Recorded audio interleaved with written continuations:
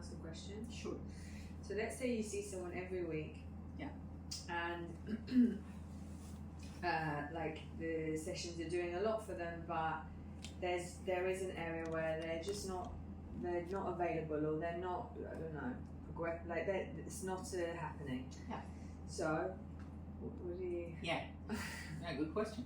I think there is this gentle mutual exploration of where is the blockage. Yeah. Maybe, for example, I will share something from a client of mine.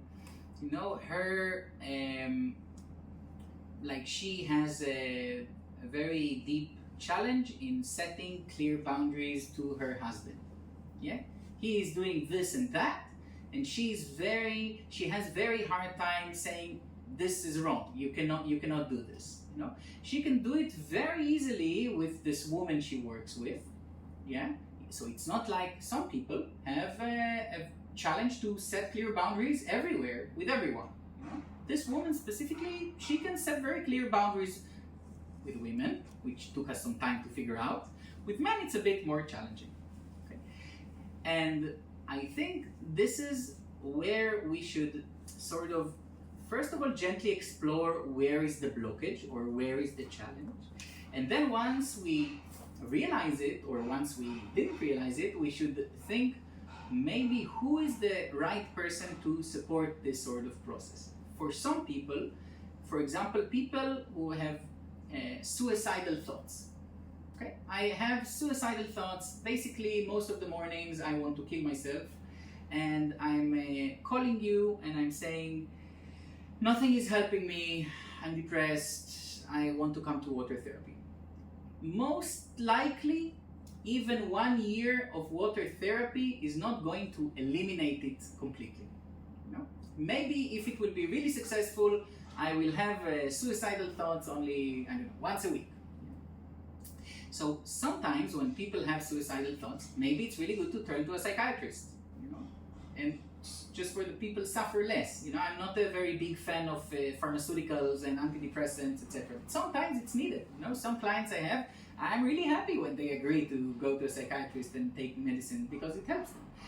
For another person, you know, you mentioned trauma, for example. So maybe, yeah, someone is coming for a water session, and during the water session, this woman suddenly remembers an experience of being sexually abused. Okay? I think, first of all, it is very, very gentle and important that we would not be, I would say, hasty or irresponsible in irresponsible in confirming for other people what is real and what is not real before we take very, very slowly time to explore what came up. And what I mean is that sometimes we can have a vision. Yeah, I'm also talking from my experience with psychedelics. Yeah, but sometimes people can have a vision that seems like a memory, but it wasn't really a memory. It's more like a vision, like a dream, like a symbol. Okay.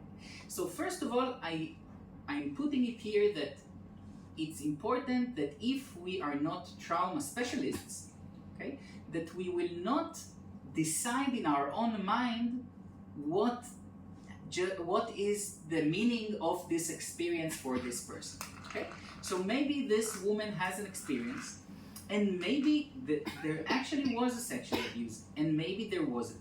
But I think that the professional and the responsible thing to do in this situation is to refer this person to a trauma specialist that can actually try and figure out what happened, what didn't, and often I can tell it from my own experience, sometimes we can never know what happened and didn't happen, and then the therapeutic work is around being able to hold not knowing and live my life, because maybe my father is not alive anymore and I will never ever know what happened, and then I need to realize how to live my life with this question mark, which is really, really, really difficult.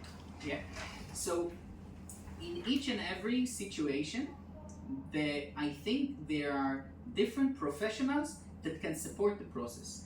And sometimes, especially when people have been suffering for a long time, sometimes it's a collaboration between more than one therapist, you know. So maybe this person, you can refer him or her to a psychiatrist or to a trauma specialist, and then this person can do some inner work and return to the water therapy. And the reason I'm saying it is because I was talking about the relational, interpersonal dimension of integration, for example. Yeah, some people grew up, yeah, in situations where they didn't have really warm and loving parents. Yeah, and it is impossible to heal something like this in a few water sessions. Okay, especially when there are some big experiences that were not processed. Okay, so I'm just trying to say that we should not try to heal everything and fix everything, definitely not, and try to really, I mean, sometimes our will to change this and that aspect of the person can actually be violent, you know. Maybe I am pushing this person into being in I don't know, physical touch with me, and this person, the last thing he or she wants right now is physical touch, you know. But the way I know as therapist to support is physical touch. So we cannot force anyone. Okay, so I'm kind of, in a sense, trying to say that even when we try to touch all these dimensions and all the parts of the person, sometimes there is a long, deeper, gentle work that should be done outside of the water therapy, and then maybe the person, if she or he wants, can return to the water. It's a good place also to, I remember that in our group we already spoken about that, and still I feel that it's a good time to have that reminder that we are coming more in touch. It's becoming more popular to bring awareness to concept of trauma. People have it very much in the way that they speak, in the way that they interact, the awareness that exists today in the world that wasn't existing before. Still, I want to remind that in this training we are not going anywhere towards being trauma specialists.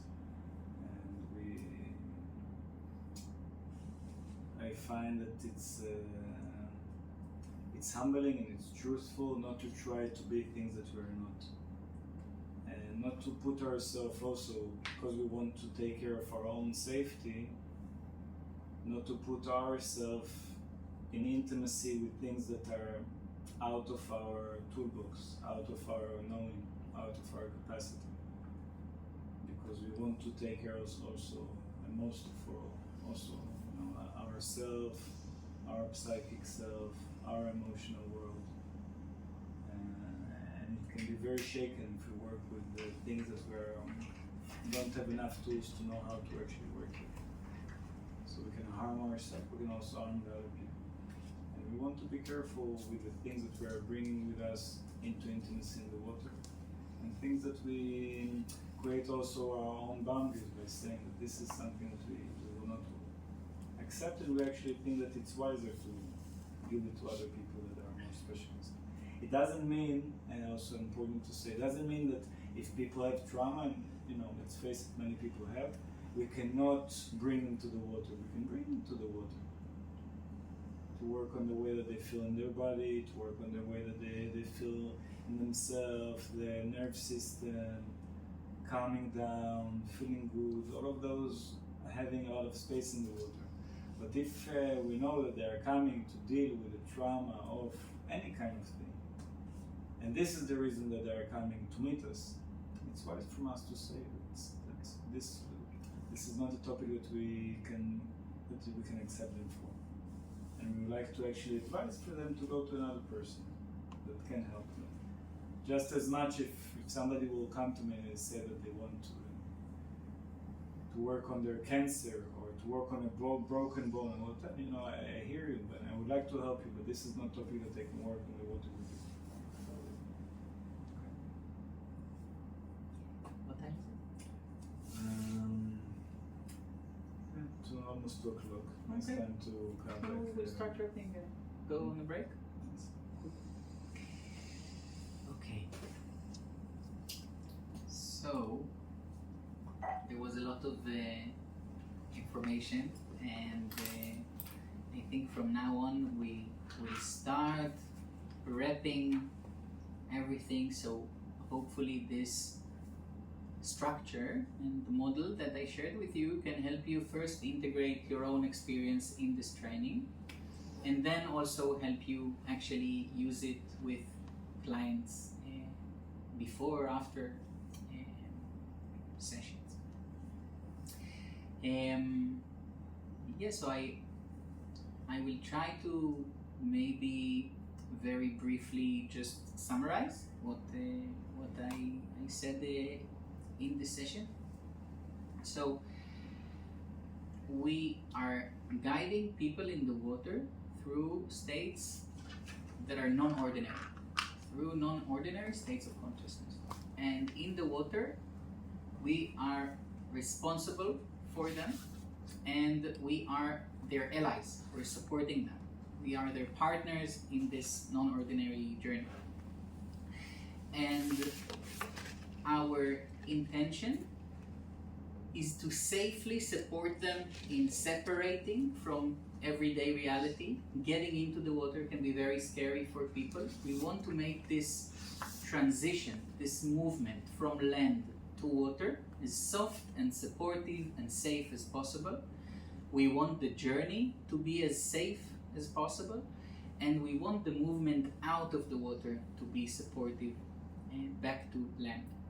And once we go back to land, we are also there to listen to what they experienced in the water, so that we can support the person in understanding better what happened and what he or she can take from this journey to the water, to the underworld, and bring into their everyday life.